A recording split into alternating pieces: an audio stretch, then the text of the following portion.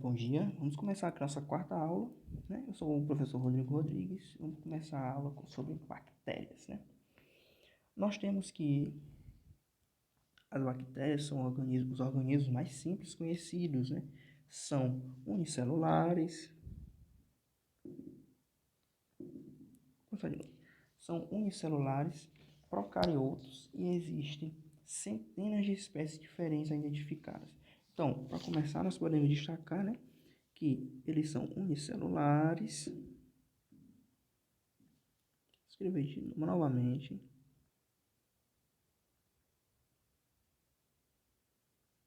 Unicelulares e procariotos.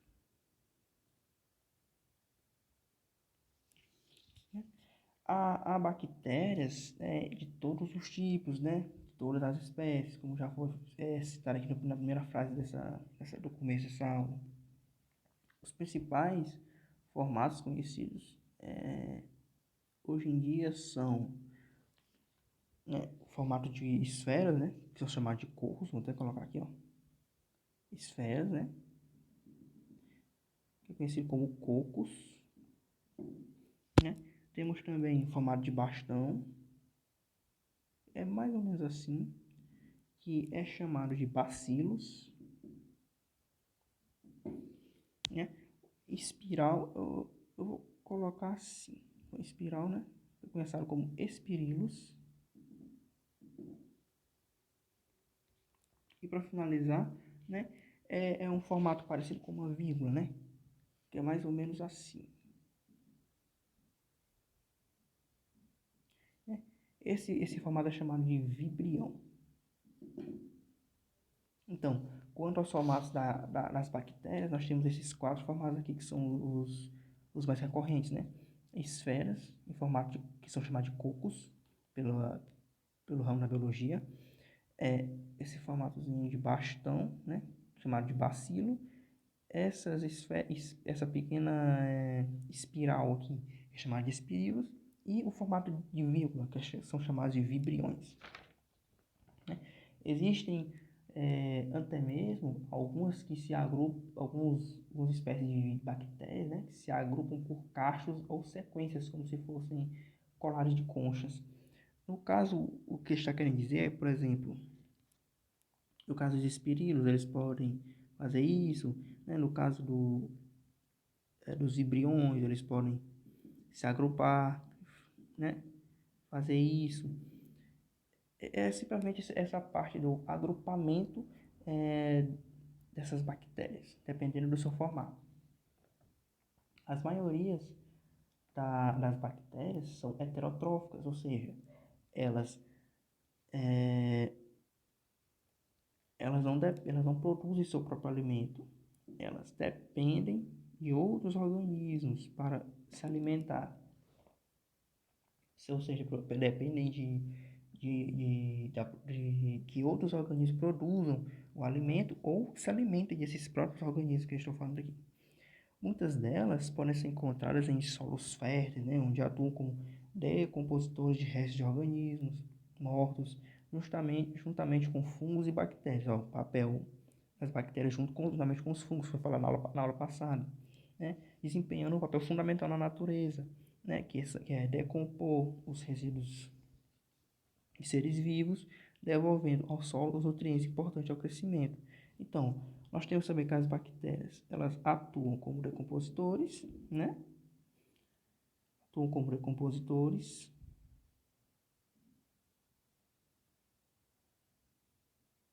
juntamente com os fungos.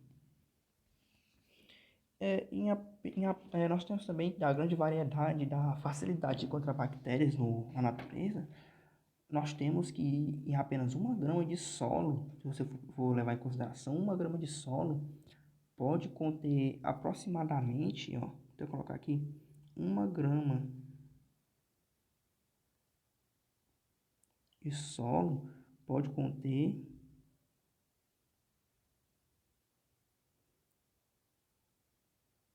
cerca de 2,5 bilhões de bactérias.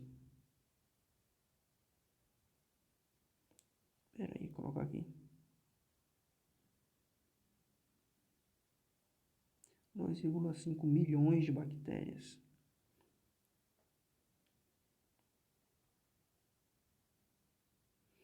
É muita bactéria para pouco solo, não? Só para vocês verem a quantidade de bactérias que tem na natureza, né? Existem bactérias presentes no solo que são capazes de transformar o gás nitrogênio do ar em adubos para as plantas, né? Ao fazer isso, elas aumentam a fertilidade do solo. Essas bactérias são chamadas de fixadoras de oxigênio. Geralmente, elas ficam associadas a raízes de plantas fabáceas, né, como feijão e soja. Continuando nosso slide, vou continuar aqui, né? Onde são encontradas as bactérias. Essa parte que eu acabei de falar, né? Que o principal local onde as bactérias são encontradas é no solo. Vou destacar aqui, no solo, né? No nosso corpo. Quando eu falo nosso corpo, pode ser no rosto, né? Braços, boca e etc. Em todas as partes do nosso corpo é possível encontrar bactérias, né?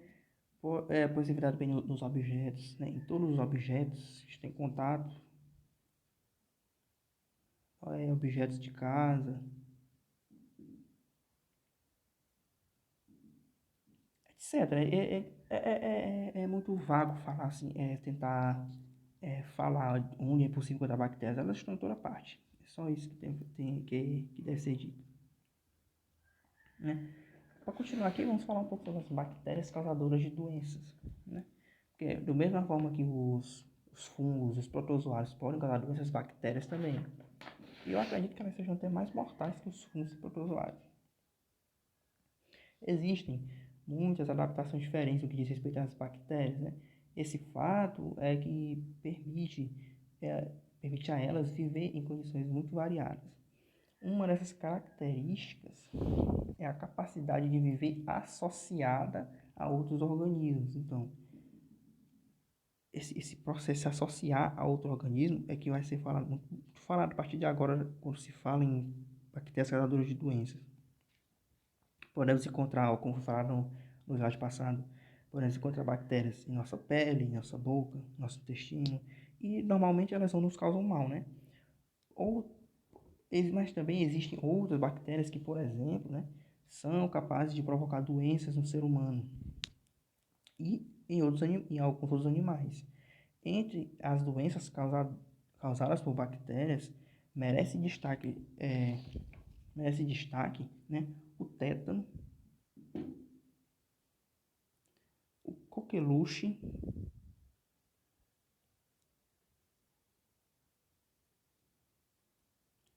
tuberculose. Lembrando que eu estou só citando algumas das doenças, né, das principais doenças causadas por bactérias. Leptospirose,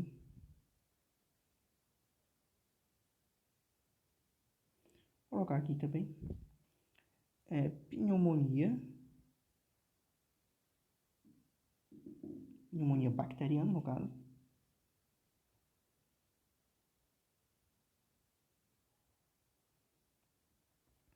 meningite bacteriana,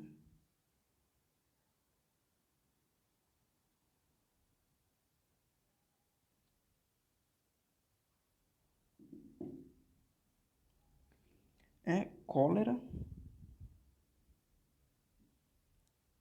e, para finalizar, botulismo. Botulismo? Botulismo. Botulismo. Pronto, para finalizar. Para continuar o slide, né, vamos falar um pouquinho sobre a reprodução das bactérias, para finalizar essa aula. Assim como os protozoários, né, as bactérias, elas podem se reproduzir por divisão binária, né, aquele processo que foi falado na aula passada, lá sobre os protozoários. Assim, nesse processo, a célula de uma bactéria vai crescendo até se dividir em duas, com as mesmas características da original, né? E em condições especiais de temperatura, uma célula pode se dividir em cerca de 20 ou 30 minutos, né? Eu vou fazer o esquema de novo. Vou fazer azul mesmo. Nós temos uma célula aqui, ó, no caso uma célula agora é uma bactéria. Em processo de reprodução, ela vai crescer até ela chegar em um ponto onde ela adquira tamanho suficiente para se dividir, de forma que ela vai gerar duas células com as mesmas características e com o mesmo tamanho da célula original. No caso, a célula de onde foi originado todo esse processo. No caso, essa. Onde essas duas células vão crescer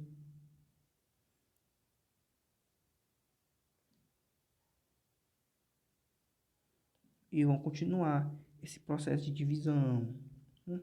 Gerando assim um efeito em cadeia, onde essa bactéria ela vai continuar a se desenvolver, a se dividir, no caso, a crescer e a se dividir, um processo contínuo, gerando, onde, por exemplo, de uma bactéria, única bactéria, são gerados, ó, duas novas bactérias.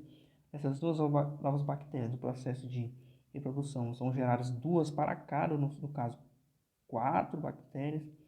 Dessas quatro bactérias, continuando o processo de reprodução, como serão geradas duas para cada bactéria formada, né?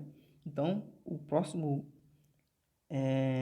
vamos supor que a próxima leva de bactérias vai ser composta por 8, né? Na próxima divisão, serão geradas 8 bactérias desse processo de divisão aqui.